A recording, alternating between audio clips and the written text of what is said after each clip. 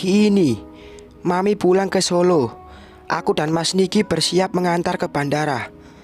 Tas Mami dan kardus berisi oleh-oleh sudah masuk di bagasi. Tinggal berangkat saja. Mami pakai fix jam 11. Jam 9 lebih kami sudah harus berangkat. Sebentar, Nik.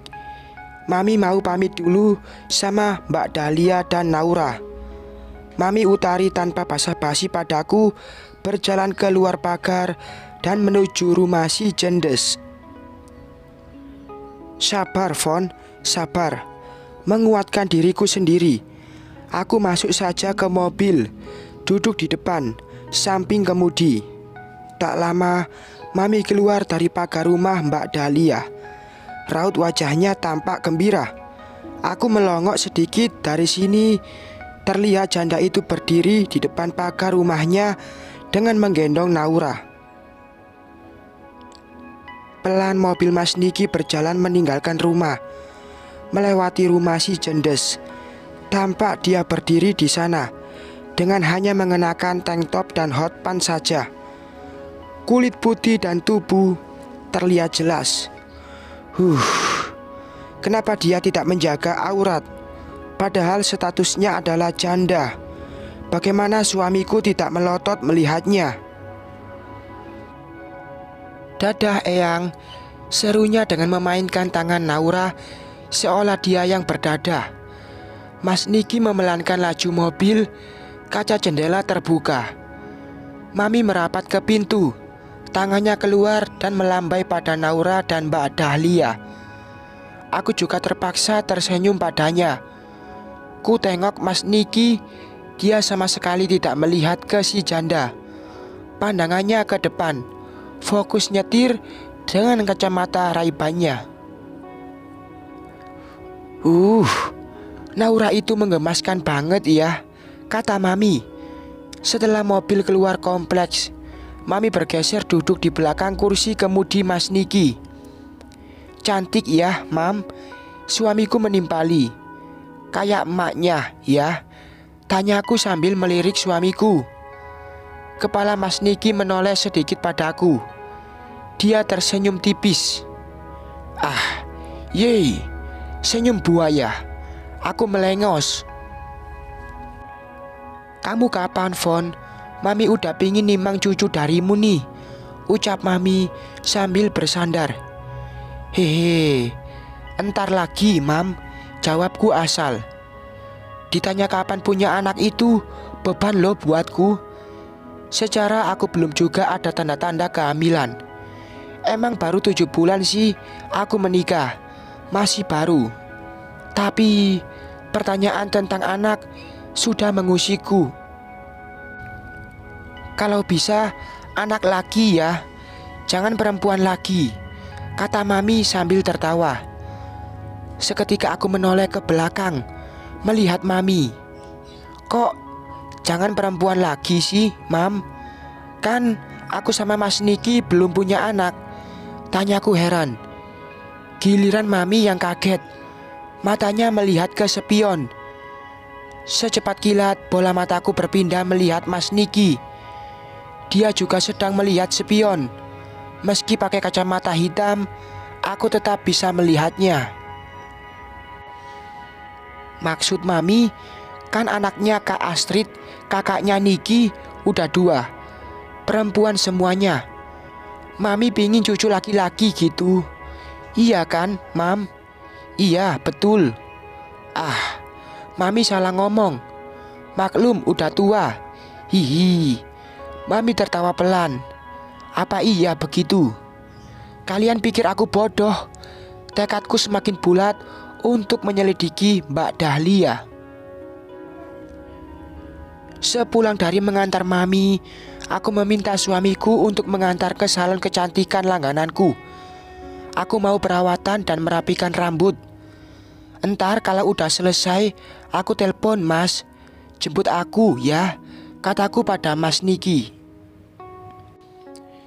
Iya sayang. Mas Niki mengecup pipiku kanan kiri. Wajahku mengernyit, meledeknya manja. Suamiku emang gitu, sukanya nyium. "Kamu mau kemana?" tanya aku sebelum turun. "Mau mampir kantor." "Lah, kan Minggu." "Gak apa-apa, ada yang mau aku kerjakan." "Serah deh, siapa bosnya." Keluar dari mobil, aku langsung masuk ke salon. Mobil Mas Niki juga langsung pergi. Salonnya ramai kalau Minggu. Untung tadi sudah bikin reservasi. Aku akan memanjakan diriku, mandi lulur, pijat, relaksasi, dan potong rambut. Kira-kira 3 jam lah. Aku menulis pesan untuk suamiku. Ku suruh dia pulang dulu saja kalau udah selesai urusannya di kantor. "Aku lama, Mas. Pulang dulu gak apa-apa kalau kamu udah selesai urusan kantor," tulisku. "Oke," balas Mas Niki. Suamiku punya usaha di bidang advertising. Dia seorang desainer grafis. Perusahaannya belum begitu established, masih merintis. Karyawannya juga masih bisa dihitung dengan jari. Tapi kulihat prospeknya bagus. Orderan iklan banyak, kadang gak tercakup. Suamiku kekurangan tenaga untuk tim kreatif. Saat ini pun suamiku masih terjun sendiri dalam bernegosiasi dan diskusi konsep iklan dengan klien. So far, semuanya bagus. Duit suamiku banyak. Aku curiga dia bermain saham. Rumah, mobil dia yang beli. Manajemennya juga masih sederhana. Setiap bulan aku membantu mengaudit keuangan di perusahaannya. Ada sih staf keuangan, tapi tetap harus aku yang memeriksa. Pengeluaran pribadi suamiku dan pengeluaran perusahaan masih menjadi satu. Nanti aku yang akan memisahkan dan menagih pada Mas Niki. Mas Niki tak keberatan. Aku masih tetap bekerja di kantornya Juna. Gajiku besar di sana. Juna mah enak, dia tinggal nerusin perusahaan milik papanya. Dasarnya anak orang kaya. Tapi Juna baik, gak sotoy. Juna dan Niki sudah saling mengenal. Sebelum Niki menikah denganku, kenal di mana? Bagaimana? Aku tidak pernah tanya.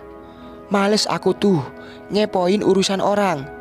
Sama suamiku saja aku gak pernah kepo. Perawatan tubuh sudah selesai. Aku duduk di depan kaca salon yang lebar. Mas Gemoy di belakangku. Tangannya bergerak lincah memangkas rambutku sesuai dengan permintaanku. "Jangan pendek ya, Mas. Sebau aja," kataku sambil melihatnya dari kaca. Dia mengangguk. Tadinya aku mau ombre rambutku, tapi entar kelamaan. Mengambil ponsel dari tas, aku segera mengeceknya. Gak ada panggilan, hanya ada chat dari beberapa grup yang aku ikuti. Kebiasaanku melihat dan membaca status orang datang. Aku mulai men-scroll satu persatu. Rata-rata temanku pada pasang status menghabiskan hari weekend dengan keluarganya. Lembur statusnya Juna dengan disertai fotonya bersama Maya. Ku amati mereka sedang di mall kayaknya. Oh ya, aku ingat ada proyek Juna di situ. Gak besar sih proyeknya, tapi duitnya gede. Juna seorang desainer interior. Dia dapat proyek mendesain gerai perhiasan terkemuka di sebuah mall besar. Ownernya hanya mau Juna langsung yang menangani. Itulah makanya aku bilang proyek kecil duitnya gede. Soalnya bos langsung yang turun. Gak afdol rasanya kalau gak lihat storynya Mbak Dahlia. Hanya pada dia aku kepo. Entahlah, rasanya pingin tahu dia ngapain. Dibeliin anting berlian ama suami. Maaci tayang. Emuah. Emocium 2. Lebay. Aku mencebik. Kulihat fotonya. Sepasang anting emas putih dengan 2 berlian model tetes air. Bagus. Ku taksir harganya sekitar 10 jutaan. Tajir juga, tanggal tua beli berlian. Heran juga, janda itu kayaknya nggak kerja, tapi kok gaya hidupnya hedon banget. Rumahnya bagus, satu tipe dengan rumahku. Mobilnya juga keren. Ku dengar dia punya bisnis online. Tapi apa aku nggak tahu? Atau jangan-jangan dia istri simpenan? Hihi, julidnya aku. Bersambung.